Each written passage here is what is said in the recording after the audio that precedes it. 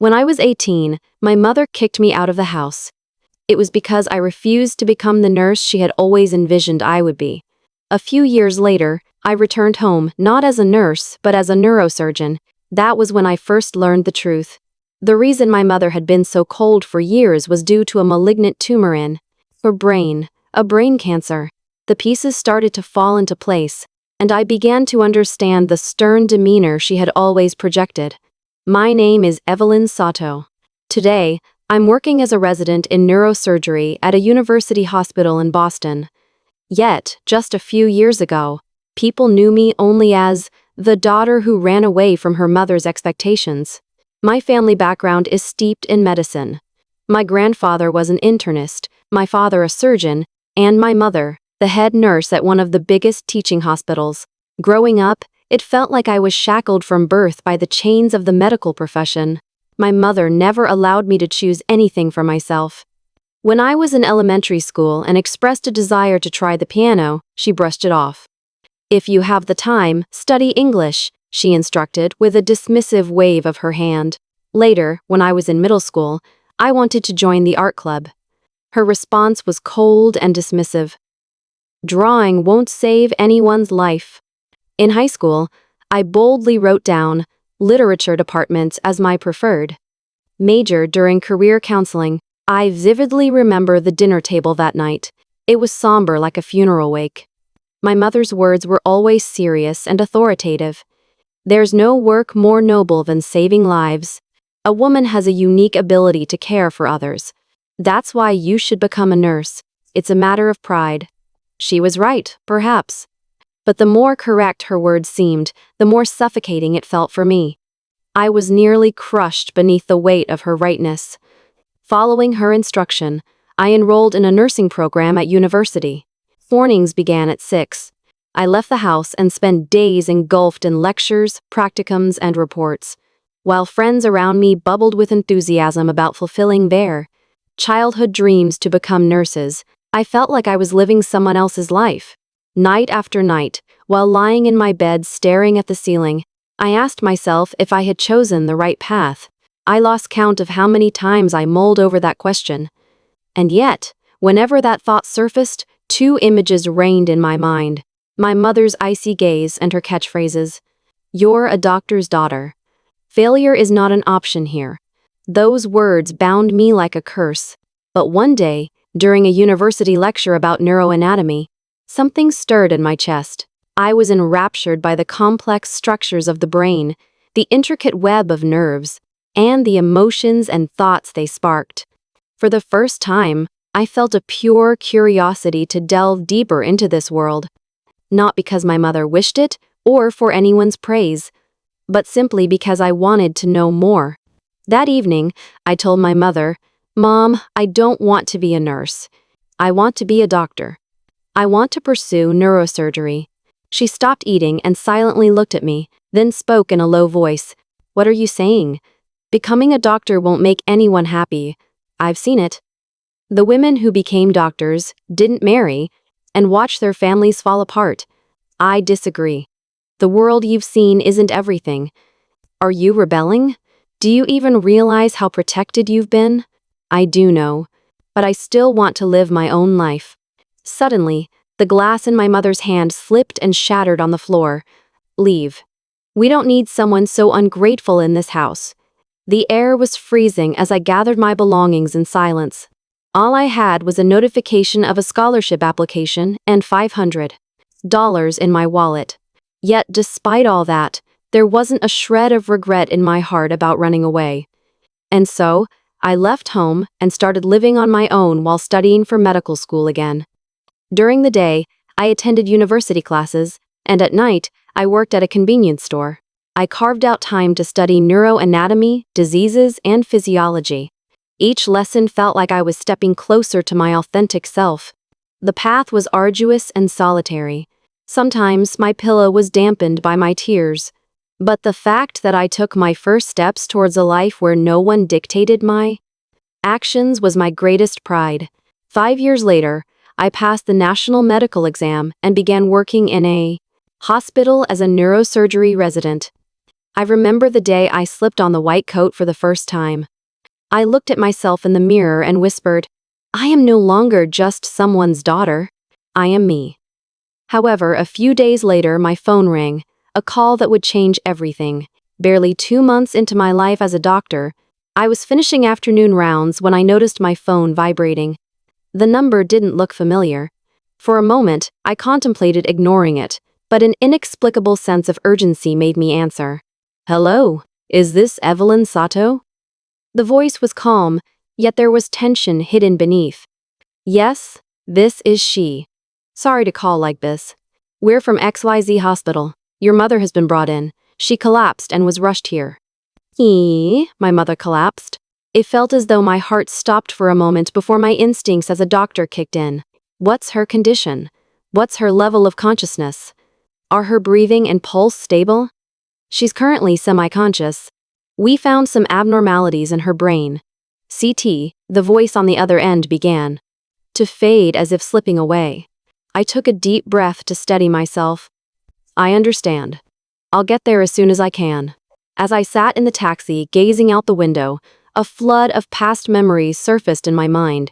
That night, the sound of shattering glass, her words spitting me out of the home. My first night spent on a bench in a cold railway station. Each memory washed over me as I pondered quietly.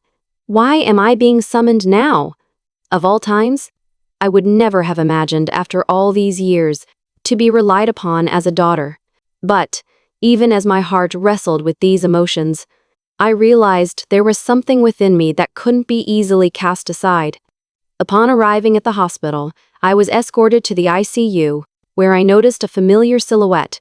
It was my aunt, my mother's sister, and someone I truly trusted. Evelyn, you came, she said, her voice bringing tears to my eyes. Aunt, how is Mom? It's a brain tumor. And it's pretty far along. They said surgery is the only option now. With trembling hands, I took her medical charts and scanned the images. A 3.5 centimeter glioma near the hypothalamus. It was in an extremely sensitive position, pressing against surrounding nerve structures. There was a very real possibility that this tumor had been affecting her personality and judgment for years. Within me, the knowledge I had as a doctor began to intertwine in a complex way with the feelings I harbored as someone's daughter. In this place, the surgery could present a possibility. Yet, it's a complicated case. Please, Evelyn, I need this favor from you. Since the time of our mother's passing, she's changed.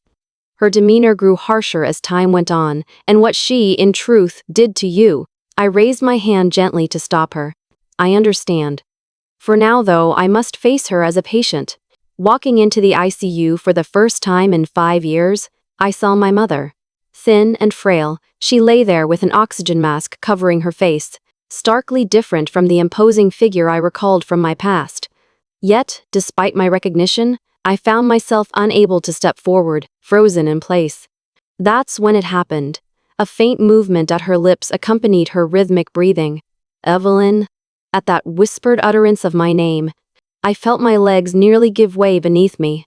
Later that night, I found myself in the hospital lobby, sifting through old medical records belonging to my mother. Among them, an unfamiliar notebook caught my attention. It seemed to be a personal journal from her younger days. When waves of emotion rise within me, my voice grows rough for some reason. I lash out at those I care about. I want to love them, but I struggle. I want my daughter to follow a proper path. I don't want her lost as I was. Yet, this desire makes me fear that my expectations are a burden. Her pain was evident. Whether it stemmed from the tumor-induced personality changes or was an inherent emotional scar, for the first time, I began seeing her not merely as the imposing figure from my memories, but as a human being wrestling with her demons. The following morning, while navigating the hospital corridors, a junior resident approached me, concern etched on their face. Dr. Sato, are you all right? You look. Yeah, I'm fine. I'm merely confronting the most complex case of my life. I replied, pondering internally. Should I undertake the surgery myself? Or should I pass it on to another surgeon? I hadn't found the answer yet. but I was beginning to understand that this tumult, the indecision, is something intrinsic to human experience itself. Courage is often required for decision-making, they say, but truly, what's essential is the determination to keep going, even amidst doubt. Ultimately, I resolved to be the one. I would perform my mother's surgery. After formally submitting my request to the ethics committee and acquiring approval from my supervising surgeon, I prepared for what lay ahead. Do you think you're prepared to handle this? She's your mother, after all. In such instances, vital is one's humanity before their medical expertise, my supervisor remarked kindly. I nodded with quiet determination. As a person, I can't let this chance slip by. I don't want to regret not saving her when I could have with my very own hands. The surgery was set for 5 days later. Every second until then was devoted to rigorous simulations. I meticulously examined the three-dimensional MRI scans of her brain. Assisted by AI to map out nerve pathways, I revisited the approach to reach the tumor lodged near the cerebellum and the trajectory around the hypothalamus, acutely aware that even a millimetric flip could devastate her personality. Surgery day arrived on a crisp, clear morning. 8 a.m. I took a deep, steadying breath as I glanced at my own reflection in the preparation room. My white coat was now layered with a sterile gown, a mask securely fastened over my mouth, the visage of Evelyn, the neurosurgeon. Not merely a daughter. The operating room awaited, already prepped, with anesthesia administered, and my mother lay in serene slumber. "We're relying on you," murmured the anesthesiologist. I nodded, a silent acknowledgement between us. It's time to start. Upon opening her skull, the pulsating life of her brain emerged before me. I recognized this central core, which I had observed countless times. But today, I couldn't dismiss the thought that this was indeed the heart of what had shaped her persona. The tumor was nestled close to the hypothalamus, meshed intricately within the nerves, almost seamlessly, as if ingraining itself into her very psyche. Upper thalamus, slightly to the right. Astroglioma, indistinct boundaries. I mentally recited. This wasn't malice, it was never intended. The shouting, commands, resistance, perhaps it was all conjured by that very mass. With that notion, memories layered themselves within the surgical microscope's view. That contentious night, we argued over my future. "It's not your life, Mom, it's mine," I had screamed, pushing back. And she had responded, "You are everything to me. That's why I couldn't bear for you to make mistakes." Within the surgical folds, her voice echoed from within the creases of her brain, urging me forward. My hand, steady, delicately introduced the forceps. Sustain the vein. Bipolar coagulation. Scissors poised to enter. While hearing my assistant's voice at my back, I drove my focus deeper, directing the scalpel with precision. 2 millimeters left. Crucial point ahead, I heard them declare. We had already crossed the 4-hour mark, sweat bleeding into my mask while my eyes caught the rhythmic cadence of her heart monitor in my peripheral vision. The concluding detachment is upon us. As the forceps grasped the tumor's heart and the aspirator delicately lifted, "That small shadow of life," I sighed a whisper under my breath. I'm sorry, Mom. I wish I had sought to understand sooner." The operation concluded. I unraveled my gown, washing my hands deeply in the scrubbing room. As I focused on my palms, I quietly reflected. What had these hands destroyed? And what had they preserved? Post-surgery. I stood quietly by the ICU's glass barrier, observing my mother's resting form. Beneath closed eyelids, her lashes did not even flutter. The only indication of life was the persistent rhythm preserved on the heart monitor. As a doctor, I was familiar with this scene. Post-operative monitoring, managing vitals, identifying symptoms for complications, all procedural, woven seamlessly into every practicing routine. Yet this moment was different. A solitary mother was beneath those blankets. Remaining collected proved challenging, armed with such abundant knowledge. Worst-case scenarios flitted incessantly through my mind. That night, I decided to stay at the hospital's staff quarters, lying on a makeshift bed in the break room, staring at the ceiling, letting sleep elude me, my mind restless and in tumult. At 2 a.m., I revisited my locker, where my mother's possessions resided. A notebook, lipstick, several pens, and a singular book laid there. It was her nursing training notes from her early years. Every motherly note filled each page, marked with intricate handwriting, the musings from on-duty nights, records of interaction with patients. During a night shift, a final-stage cancer patient passed away quietly. The family, holding their hand, sobbed, "Thank you." In that singular moment, I felt everything was worth it. Too much emotion is prohibited, but I refuse to become a machine. To engage as a human being requires courage and calmness, both essential in balance. Each page I turned brought forth her idealistic dreams clashing against the rock of reality, and her fragile heart teetering between both. Near the end, I discovered a single line. Evelyn was born. I don't want her to experience the same confusion I did. I must guide her correctly. These words seemed as if she were speaking to me directly, nudging me towards understanding and reconciliation. I sat quietly, reflecting on the intricate web that tied our lives together. As the silent hours turned, I realized something, despite everything. We all desired the same connection, love, understanding, and a path to mend what once was. As I sat there, holding my notebook, I instinctively closed it. Under the guise of guidance, how often had I felt trapped? Yet, perhaps that guidance was something my mother had long sought from someone else. At 4 in the morning, I found myself in the ICU again, gently clasping my mother's hand as I monitored the machine display near her bed. Her fingers felt warm, and I could faintly sense the pulse moving through them. "Mom, I never fully knew you, all of you. For so long, I had only seen my mother as an antagonist, but now, piece by piece, she was revealing herself as a woman who bore her own vulnerabilities." As dawn began, an ICU nurse approached me softly. Sorry, Evelyn, maybe you should take a little break." I managed a small smile and replied, "Thank you." But, as her daughter, I can't help but be unsettled. "Of course. But you know, Evelyn, she might wake up soon." At those words, I looked up. It was 16 a.m. when my mother's eyelids began to twitch. As they slowly opened, it appeared she was trying to confirm something. Her eyes wavered but soon settled on me. And then, Eve, Lynn? At that single word, I felt a cascade within me, my emotions silently crumbling away. "Yes, it's me, Evelyn." Her eyes glistened with tears. As she weakly squeezed my hand in return, I felt like I had finally found forgiveness. I might have saved my mother's life, but more importantly, I had taken my first step toward thawing the misunderstandings of the past and the ice within my heart. Forgiving isn't about forgetting, nor is it purely about understanding. Forgiveness, in my view, is about starting anew. And such a new beginning often stems from just one word, a name called out softly. Evelyn.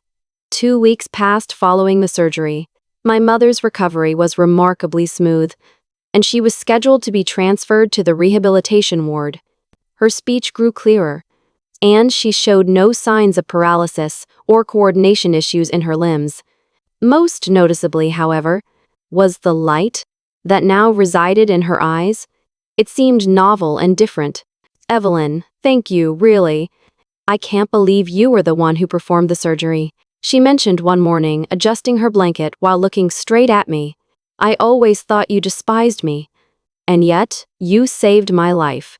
Gently shaking my head, I responded, "Saving someone is just part of being a doctor. But I won't say there weren't any feelings from a daughter involved." Her eyes welled up slightly, and then she sighed softly, a smile forming. "You grown up, Evelyn. The old you would have retorted more." "Maybe I just didn't have the energy to anymore," I replied with a chuckle, leading us both to share a small laugh. It was a time of peaceful silence, something we had never experienced together. However, one afternoon, an event occurred that disturbed my tranquility. After returning from her rehabilitation session, My mother hit the nurse call button and expressed a concern. Evelyn, there's something wrong with my memory, I think. What do you mean? I can barely recall the time when you were in college, about your choices, our arguments. A chill ran through me. Not even the day I left? She shook her head gently. I'm so sorry. I can't remember. Did I do something terrible? Resting beside her, I found myself speechless. That night, I spent hours in the hospital library, reviewing all her past medical files and examination records. The tumor might have exhibited symptoms for over 8 years. That coincided precisely with when I started college, rebelled, and left the house. She turned into someone else. She became irritable almost overnight. It's like she lost her ability to empathize. These were symptoms that could be traced back to the mild compression in the frontal lobe caused by the tumor. My mother hadn't kicked me out at all. She didn't even remember doing it. I was engulfed by a complex wave of emotions that felt simultaneously like loss and relief. A few days later, my mother passed me a notebook. Please, read this. It's what I wrote when my thoughts were still cloudy. Turning the pages, I encountered trembling handwriting that boldly declared, I always worried about whether my daughter loved me. But perhaps it was me. Maybe I couldn't properly love her. I clung to what was right. Parenting, work, everything was about avoiding mistakes. But I'd never considered how it could hurt someone else. Each word seared vividly into my heart. I closed the notebook and gently placed my hand over hers. Mom, I never thought even once that you didn't love me. Taking a deep, shakeless breath, she slowly nodded in acknowledgement. In the days leading to her discharge, the hospital lawn became her brief escape. One day, as we sat outside together with her wheelchair among the blooming flowers, she softly asked, Evelyn, can we become a family again? Pausing, I finally answered, we might not be able to start over as if nothing happened, but I believe we can create a new forms from here on. She nodded, her eyes closed in quiet acceptance. Facing my mother anew is something I now do with conscious intent. Forgotten memories, overlooked symptoms, unuttered truths. Emotions once too burdensome to hold. All are gradually being rebuilt as we navigate this path of time. It's neither effortless nor spotless, but undeniably, as we enter life's second half, we are finding ways to reconnect. The reason I became a doctor might not have been to heal her, but perhaps to meet her once more. One afternoon, post-rehabilitation, we sat near the bright windowsill in her room. I turned and softly murmured, Mom, may I ask something? Of course, anything. Do you remember when I was little and we grew flowers together? She tilted her head slightly. Flowers? Yeah. It was during first grade summer project. We were growing morning glories, and you watered them with me every single dawn. She pondered a moment, then looked up, her face brightening with recollection. I remember. You used to say, will they bloom tomorrow? Right before a hurricane swept them away. You cried, and I held you, promising we'd plant again. Yes, I've held on to that memory forever. At that, she chuckled, nodding in understanding. In moments like these, I realized that even the smallest shared experiences had a place in our journey. A symbolic reunion, a testament that hearts can mend, just like nurtured buds rise anew, leaning towards the sun, eager to flourish once more. Bach, then. I guess I was truly a mother, wasn't I? Those words stirred something deep within me, making my eyes well up with warmth. From that day forward, my mother began taking small steps to reclaim her past, piecing together fragments of memories. She asked the nurse to bring old family photo albums to her room, and we began a gentle pilgrimage through the past, going picture by picture, invoking memories one at a time. On one page, there was a photograph from when I was 7 years old, dressed in a delicate red kimono. My expression was slightly anxious, though I can't remember why. I think you had a fever that day, she recalled softly. But I was so desperate to capture a memory, I made you pose for the photograph despite it. Really? Yes, she sighed. It was selfish of me, the need to preserve a healthy image at the expense of how you felt. Caressing the photo, my mother continued, it did become a record, but not a memory. I nodded, swallowing down a wave of emotion, acknowledging this truth. A few days later, I gathered the courage to propose something to her. "Mom, why don't we take a new picture together?" She seemed surprised, eyebrows arching upward. "A picture? Why?" "This time as our real selves, together, authentically." A moment of surprise crossed her face, then a warm, tender smile formed. I'd love that. It's something I've secretly longed to do." On the day leading up to her discharge, I received an unexpected email. The sender was a distinguished professor I had interned with for a few months at a renowned university hospital in Boston. The subject line read, "Postdoctoral Invitation. Dr. Sato, in regards to the neuroregeneration research team we discussed previously, we're opening a position for the next session. If interested, I would be glad to discuss this further over Zoom." After reading the message, I set my phone down silently, the screen facing the table. My heart fluttered with a palpable sense of restlessness. This was a dream. One of those hidden dreams lodged quietly in a corner of my heart.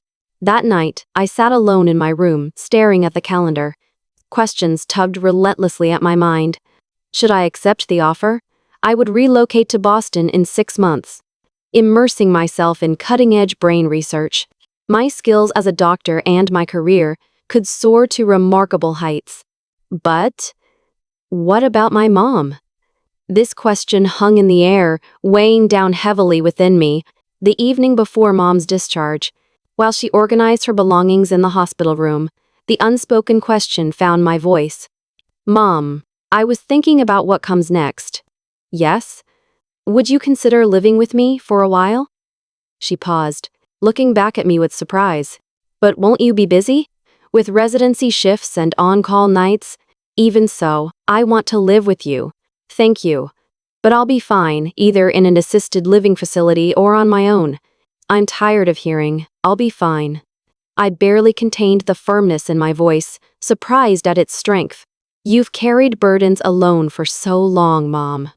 Times have changed. Now it's me who needs to protect you, not the other way around." My mother fell silent, simply nodding in agreement. That night, I composed a careful reply to the email with a heavy heart. Subject: Postdoctoral Invitation.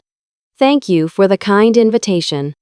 However, due to family obligations, I regret to inform you that I must decline at this time. I wish you and the team great success in your endeavors. After sending the message, I exhaled deeply, looking out the window where a lone star shimmered quietly. On her discharge day, I prepared a small sanctuary in my apartment for us. A freshly made bed, a new table, and a potted freesia plant, Mom's favorite. "You've prepared so much," she remarked. "Well," I replied, "being a doctor is 90% preparation, so they say." My mother chuckled, her smile offering a touch of solace. Our new life together unfolded smoothly, wrapped in warmth. Only when I came home after a night shift did we share breakfast, while weekends found us wandering the local market. "Evelyn, the produce is cheap today," she'd comment. "Then shall we make a stew?" Simple exchanges like this filled me with profound happiness, making me wonder why these small moments meant so much. A few weeks later, alongside garden-like hydrangeas blooming in the hospital yard, we posed for a photo. The friendly nurse kindly offered to take it. "Okay, say cheese." Click. That one sound punctured our extended silence like placing the first note in a symphony of healing. I never imagined we'd take pictures together like this again. With her quiet revelation, I assured her earnestly, "Now I protect you, Mom. No need to hide or pretend. Just be yourself." Words were unnecessary as she gently squeezed my hand, her warmth melding with mine. I penned my feelings into a diary that night. Today, we forged a new memory. Though we cannot rewind the past, we can always redefine the future. I chose to live the present with my mom, rather than attempt to fix the past. Perhaps this choice is the best medicine we'll ever receive. One morning, Mom queried, "Evelyn, did you let go of something big?" Momentarily, I hesitated, but then, with a smile, I replied, "Yes, maybe. But I gained something even bigger, something irreplaceable. No regrets." Mom's eyes misted softly. I'm sorry if I'd ever taken away from your choices. No, Mom, I assured gently. It was our family's illness, not you, dictating those moments. But now, right now, it's truly you. Her nod carried no words, but understanding filled the silence. At that moment, I realized the time of misunderstandings was not wasted. It was a part of our journey. On a different evening, I recorded into my notebook. I thought dreams had specific forms. Now, I believe it matters who you share them with. My medical career is unfinished, yet my time as a daughter is irreplaceable. Thus, I chose this room over the world. A quiet promise within me, noticeable to none but an unshakable resolution. Not going to Boston? Inquired a colleague amidst paperwork one afternoon. Was it that professor's invite? A moment of hesitation preceded my lightly dismissing smile. Due to family matters, not this time. Perhaps in the future. Such words lingered, yet mingled with an unknown weight I carried internally. Another chance will come, they said. And that's probably true. But the time I have to spend with my mother, that time will never come again. That understanding, one I couldn't fully explain to anyone else, was the reason behind my choice. That night, I slipped quietly into my study. Inside the desk drawer, there lay an unfinished draft of a research paper, copies of references sent from Boston, and a single postcard, a photo of a snowy landscape sent a few years back. One by one, I placed these items into an envelope and labeled it simply, "To myself someday." I tucked the envelope away at the back of the locker and gently closed the door. This isn't giving up. It's merely a pause, I reassured myself. When I returned home later, my mother was quietly making tea in the kitchen. "Welcome back. You're home late tonight," she noted. "Yes, I had some tidying up to do," I responded. She hesitated a moment, looking at me intently before saying, "Evelyn, I can't help but notice that you seem quite conflicted lately." Taking a seat beside her with a cup in my hand, I paused. Then I spoke. "Mom, do you ever wonder, when people make choices that might not be the right ones, how do they live without regret?" She thought for a moment before answering. "Maybe by believing that it still had meaning in some way. That's how you live without regrets." A small smile crept up my face as I listened. "Well, if that's the case, I think I'll be just fine." We sat there in a warm, peaceful silence, and I watched the freesias swaying on the windowsill. The flowers became my silent vow. Even if no one else applauds this choice, it's up to me to make it beautiful. With that resolve, I pledged to greet each morning with intention and to fall asleep each night in gratitude. That pledge carved a sense of contentment within me, one that rivaled any future dreams in Boston. It became my unique version of happiness. The next morning, my mother brought in the mail. A letter from a professor in Boston arrived. "Shall we open it together?" she asked. I shook my head with a quiet smile. "No need. I think I already know what it says." There was a hint of surprise in her eyes, but then she nodded gently. She whispered softly, "Thank you, Evelyn, for choosing this path." I shook my head again. "No, Mom. I didn't choose this for you. I chose it for myself. It's tricky when we do things for someone else. Later on, we might feel tempted to blame them. So, I made this choice by my own will." My mother's eyes glistened, yet she held my hand tight. "You've come so far, Evelyn." A smile spread across my face. At last, I've found my strength. I think it's because I've finally found a place to return to. As tears fell from her eyes, I cupped that warmth in my hands, knowing I had no regrets about my decision. Half a year had passed since my mother and I started living together. Seasons shifted from winter to spring and now into early summer. On nights when the evening breeze began to feel pleasant, I remembered something. A long time ago, my mom loved to stargaze. In our childhood summers, we'd spread a blanket on the balcony floor to look up at the stars. "That's Orion," she'd tell me. "And if you see a shooting star, make a wish. It might just come true." Her words filled me with wonder, even as a child. But in my teenage years, these moments of tranquility disappeared completely. Now, however, I wanted to experience that again, to share one more stargazing night with her. I browsed online for an affordable telescope fit for stargazing. On the day it arrived, I spent the evening assembling it when my mother softly spoke from behind. "Is that a telescope?" "Yes, it is. Would you care to look at the stars with me tonight?" Though she seemed surprised, her gentle smile answered my question. "I'd love to. I never expected you to invite me like this." That night, we walked up the small hill in our neighborhood, our path scented by grass and accompanied by faint cricket songs, a sky dotted with countless stars above us. I adjusted the telescope carefully and handed it over to her. "Here, take a look. Can you see?" "Amazing, it's so clear. Right now, you're looking at Saturn. You can see its rings. They look just like the pictures in textbooks." With a childlike glimmer in her eyes, she looked through the telescope multiple times, excitement evident in her voice. After a while, I pulled out a small folding chair from my pocket and took a seat next to her. "Stars are wonderful, aren't they?" "They are. The things that remain silently present, without saying a word, those are truly precious." We sat together in silence for some time. Yet, that silence wasn't uncomfortable. Rather, it was warm and gentle. Then my mother whispered quietly, "I once wanted to be an astronomer." The shock of her words made me turn to look at her. "Really? I didn't know." "I never told anyone. At that time, it was unthinkable. A woman becoming a scientist?" they said. So I pursued a nursing license instead. Oh, for a moment I was speechless. So that was it. That's why she insisted so strongly for me not to lose my way.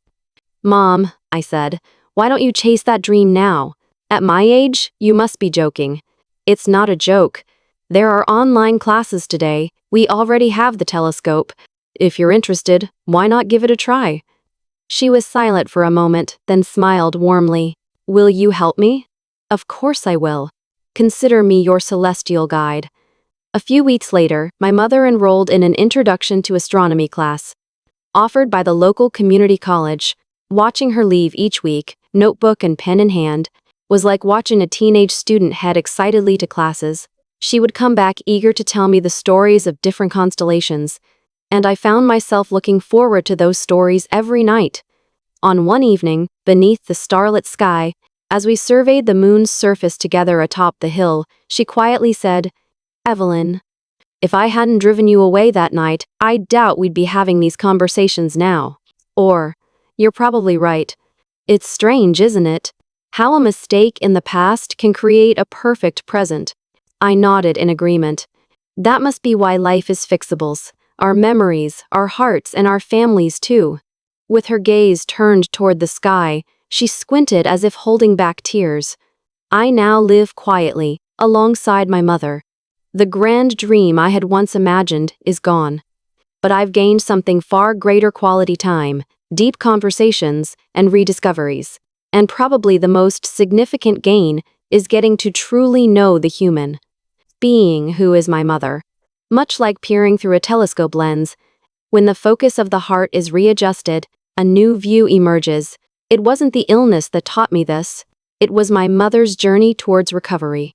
And for every moment I spend by her side, I offer my silent gratitude to the stars above. One afternoon, as I was reading a pamphlet about telescopes during a break-in, the hospital lounge, a junior resident stopped by. "Dr. Sato, are you into astronomy?" they asked with a curious smile. Taking a moment to respond, I replied, "When I was a kid, my fascination with the stars felt like a distant memory. But now, here I am, considering buying a telescope to enjoy stargazing with my mom." "Really? With your mom?" a colleague asked with a tinge of surprise. "Yes. We used to watch the night sky together years ago, but somewhere along the line, those moments and conversations just faded away. Now, I think it's time we brought that back." She nodded thoughtfully before sharing a whisper of admiration. "You're quite something, Evelyn. You can move toward the future while still being able to revisit the past." Her words settled deep in my heart, resonating with the core of who I was, my identity as both a doctor and a daughter. This ability to reconnect with the past wasn't just a nostalgic sentiment. It was perhaps the single most important skill I held dear. Within a week of sharing my wish to revisit those starlit nights, my mother's star journal began taking shape. This was after we visited the local dollar store for a simple yet perfect notebook. My mom diligently filled each page with the date, weather conditions, star names, reflections, and always finished with a personal note addressed to me. Tonight, Orion is visible. Wasn't that your favorite constellation when you were little? There were too many clouds, but the determination to see is more important than just having a good telescope. That shooting star we saw the other night? I'll keep my wish a secret. But know that your happiness is my biggest wish. For my mom, this notebook became a significant chronicle, almost like a second medical chart, documenting not past pain, but healing in its truest form. It marked a renewal journey, penned by her own hand. One quiet evening, as she tenderly reflected, she whispered, "Evelyn, did you know that the stars we see are all in the past?" "Yes," I answered.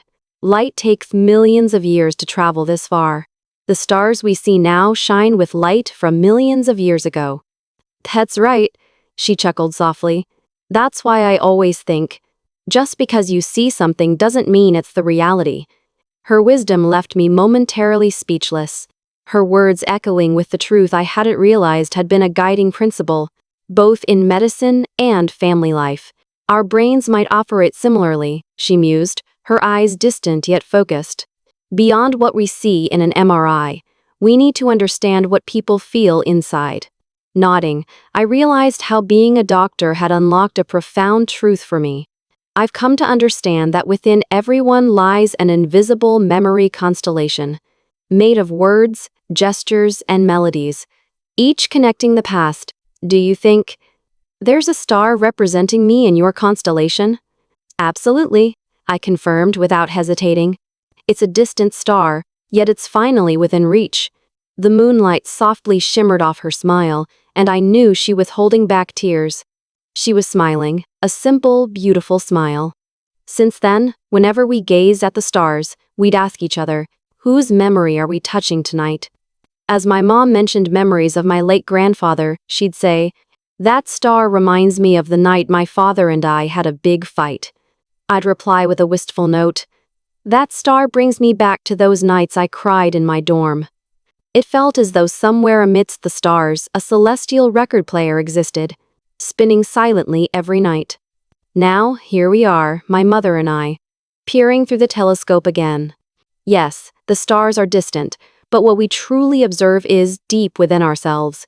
These glimmers from the past light up our present and stretch forward like a bridge to the future. From her journal, one could read, "Stars don't move, but the meaning changes depending on who observes them. Thanks to you, Evelyn, I see the same stars in a whole new light." Those words carved a permanent place in my heart that night. And then my mom reached for a small, worn-out box she had kept hidden. "I wanted to give this to you," she revealed. Inside slumbered an aged, fragile notebook and a worn anatomical brain model. These helped me during nursing school. I wondered if one day you'd find them useful as a doctor. Thankfully, I kept them safe all these years. Gently, I took the brain model, now sun-bleached and its hand labels faded, and tenderly said, "And in here, are these your memories?" She pondered a moment, letting the weight of her thoughts cascade around her. "Your memories reside here," I said, pointing to my heart. "Both in me and this place. We share memories, yet they can never quite be the same," she replied. "True, but it's precisely those differences that make mutual understanding possible." Mom gave a soft chuckle. "If only I'd thought that way years ago." A few evenings later, I found myself in a campus lecture hall, holding a student seminar delving into neurology's correlations with astronomy, memory's structure, and the universe's distances. I wrote on the whiteboard, "Our brains mirror the universe. Lost memories are stars, connected by heartstrings. Regeneration is redrawing constellations."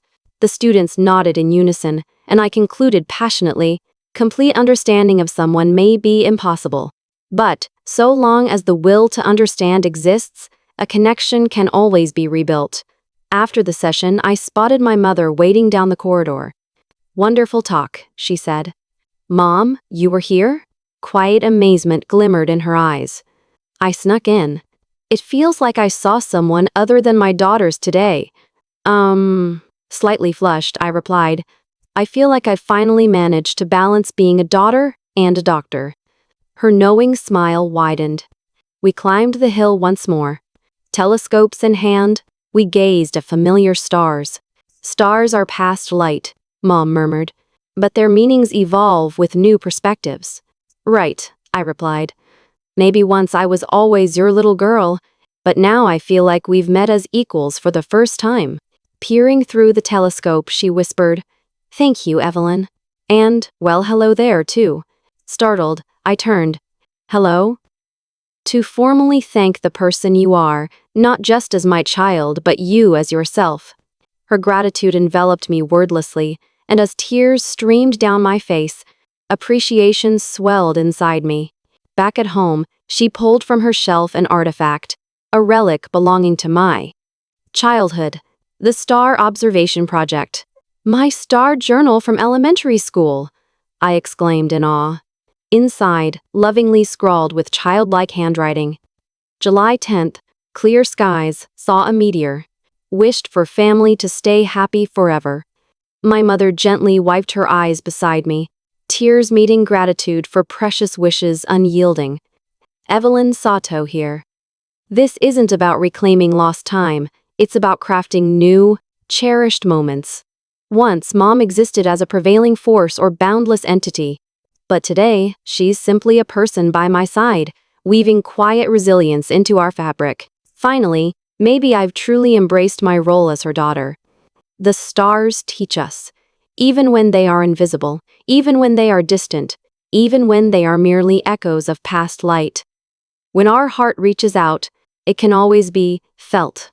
This mirrors the memories etched in the depths of our minds, and it is akin to love. Like the way Evelyn Sato came to realize her mother was no longer just the figure who set paths in stone, but a woman, a human wrestling with her own vulnerabilities.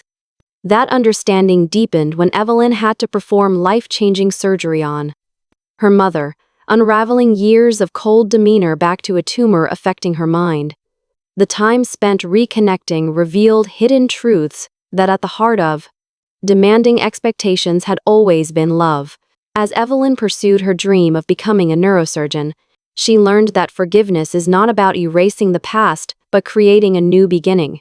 In their shared journey toward those celestial stars, both Evelyn and her mother found that invisible connection within themselves. With each twinkle lighting their way, Evelyn learned what it meant to live not just for herself or the ambitions dictated by others, but for the moments shared with her mother, simple moments of laughter, support, and finally seeing each other beyond expectations. They explored the constellations of not just the night sky, but of each other's hearts, discovering memories that shone brighter than any star. Love remained a guiding force, showing that despite time's passage, family and bonds could be mended, creating a constellation of new shared experiences twinkling in both their lives.